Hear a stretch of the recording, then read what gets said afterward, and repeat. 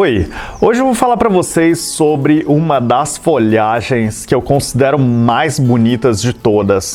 São as alocáceas. Eu vou mostrar para vocês os principais tipos, os mais cultivados, e também contar para vocês os segredos para você manter elas sempre bonitas, brilhosas e sempre muito saudáveis. Eu sou o Gaspar Yamasaki, engenheiro agrônomo, e esse aqui é o canal Cultivando. Existem várias espécies de alocáceas, para ser mais exato assim, seriam mais ou menos umas 80 espécies, então não dá para falar de todas, né? Mas tem algumas que são mais cultivadas do que outras e é delas que eu vou falar. A alocácea ou a alocásia, que é o nome do gênero, tanto faz pra mim, assim, sabe? A pronúncia certa mesmo seria alocásia, mas isso aí eu falo alocácia. Vamos lá conhecer algumas das mais cultivadas. A primeira delas é a alocácia amazônica, que é essa daqui, olha. Essa alocácia, ela tem esses desenhos aqui muito bem definidos das nervuras da folha. É uma folha bem brilhosa e também é uma planta que eu considero até que bem rústica, assim, comparando com outras plantas em geral. Ela é um pouco parecida mesmo com algumas outras, que nem a Polly e a Alocácia piccolini, mas assim, muda pouca coisa, às vezes é difícil de diferenciar, mas é mais quando você está acostumado mesmo. Mas todas elas são bem bonitas mesmo. Mas rústica mesmo, eu considero essa alocácia aqui, que é a Alocácia venti.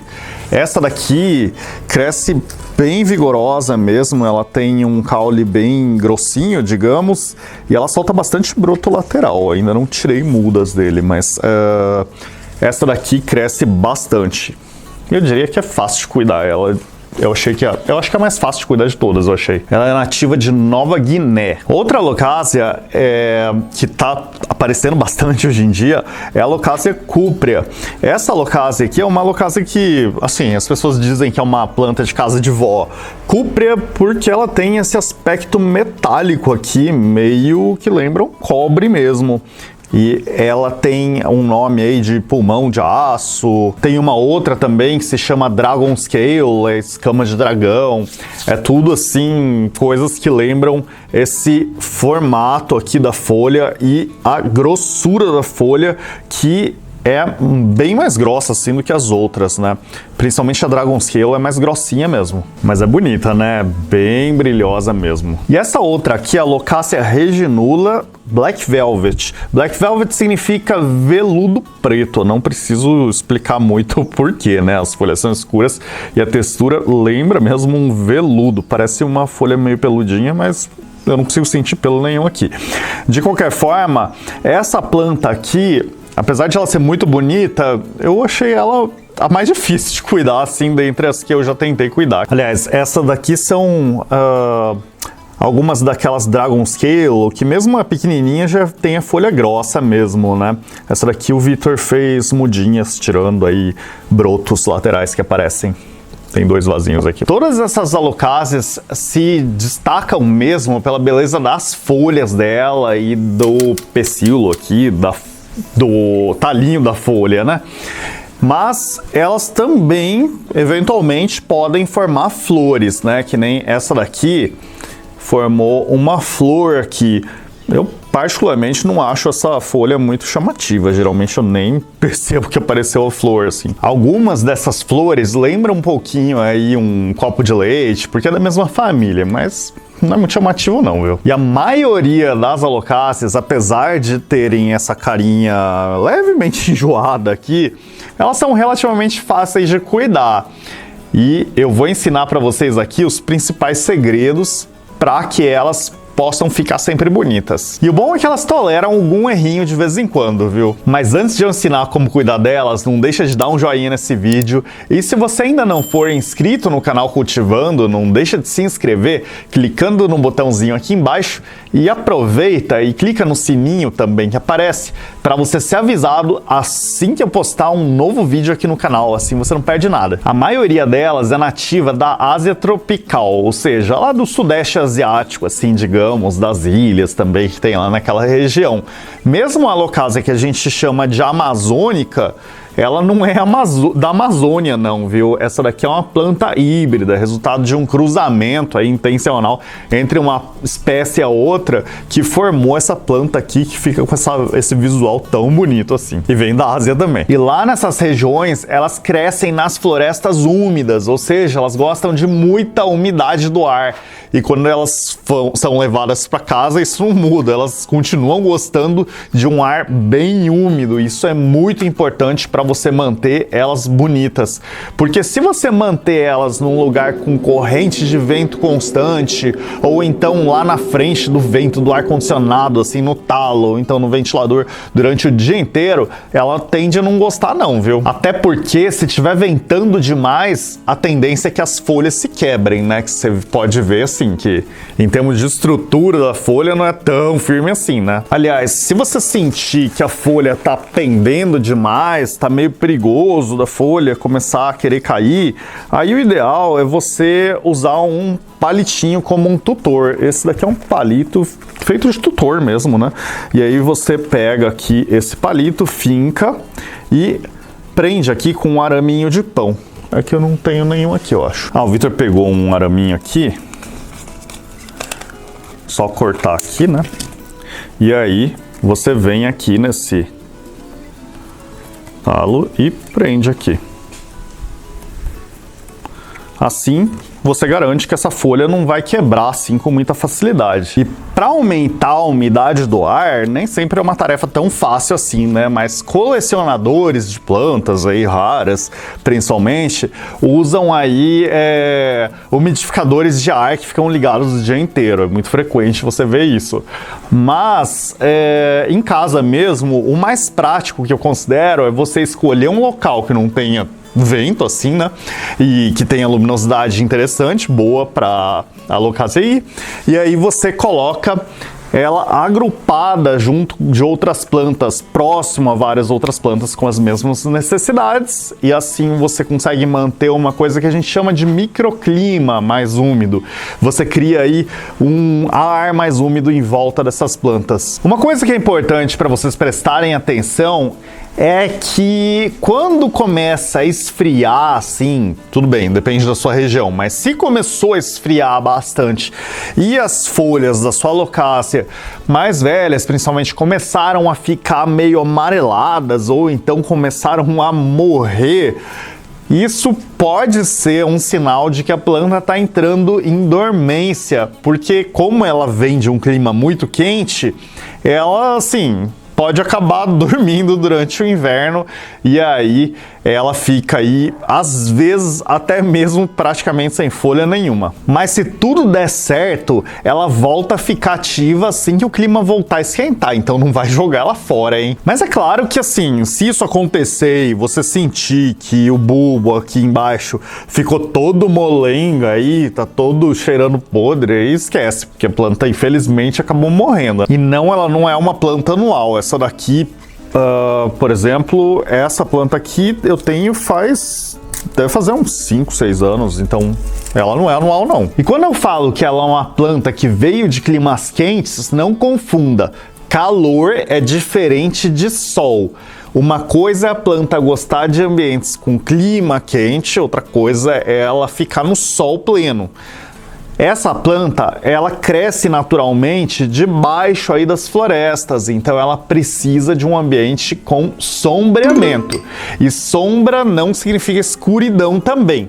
Sombra significa um local que tenha bastante luz indireta, ou seja, aquela luz bem iluminada, onde você consegue ler com tranquilidade um livro lá debaixo dessa luz, sem precisar acender as luzes, né? Se a planta ficar num lugar que está escuro demais, essas folhas podem começar a nascer muito pequenas, podem não nascer assim, folhas novas, a planta pode ficar meio travada mesmo, ou então as folhas podem começar a ficar amareladas, ou então fica cheio de pragas assim com muita facilidade, principalmente com cochonilhas farinhentas, mas eu vou falar sobre pragas mais pra frente. Nesse caso, se a planta estiver ficando feia assim, move ela para um lugar mais claro. Um solzinho direto, assim, bem no início da manhã ou lá no finalzinho da tarde, até aceitável para ela, que normalmente ela não queima as folhas não.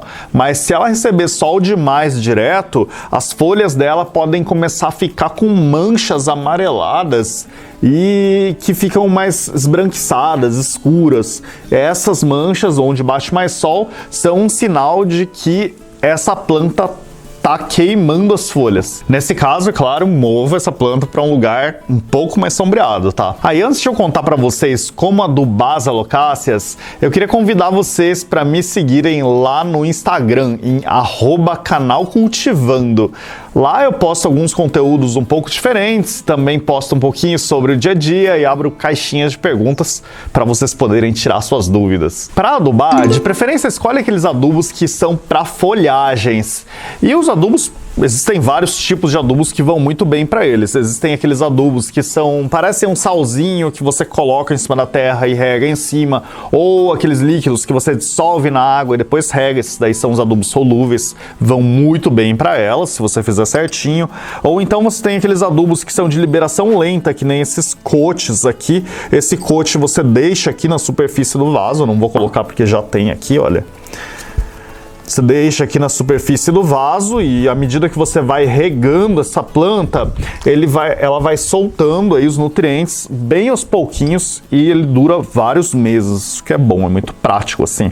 E você também pode usar os bocaches. Esse daqui é um bocache, você basicamente coloca aqui no canto, né, da terra, nunca encostado aqui com o caule dela. E aí esse adubo vai soltando também os nutrientes aos poucos, numa velocidade até bem razoável. Eu gosto bastante desses adubos. O que eu não indicaria muito para o caso das alocáceas é aquele NPK granuladinho de 3 cores, porque aquele adubo é um adubo feito mais para terra mesmo, do chão. E por ele ser bem salino, tem bastante facilidade para ele queimar aqui a planta, então assim, você tem que tomar cuidado demais com ele. Agora vai um outro segredo muito importante para as alocáceas, viu? Elas são plantas que vieram lá de regiões chuvosas, então elas gostam de ter a terra aqui sempre com um pouquinho de água disponível. Então, o interessante é você manter o substrato sempre levemente úmido.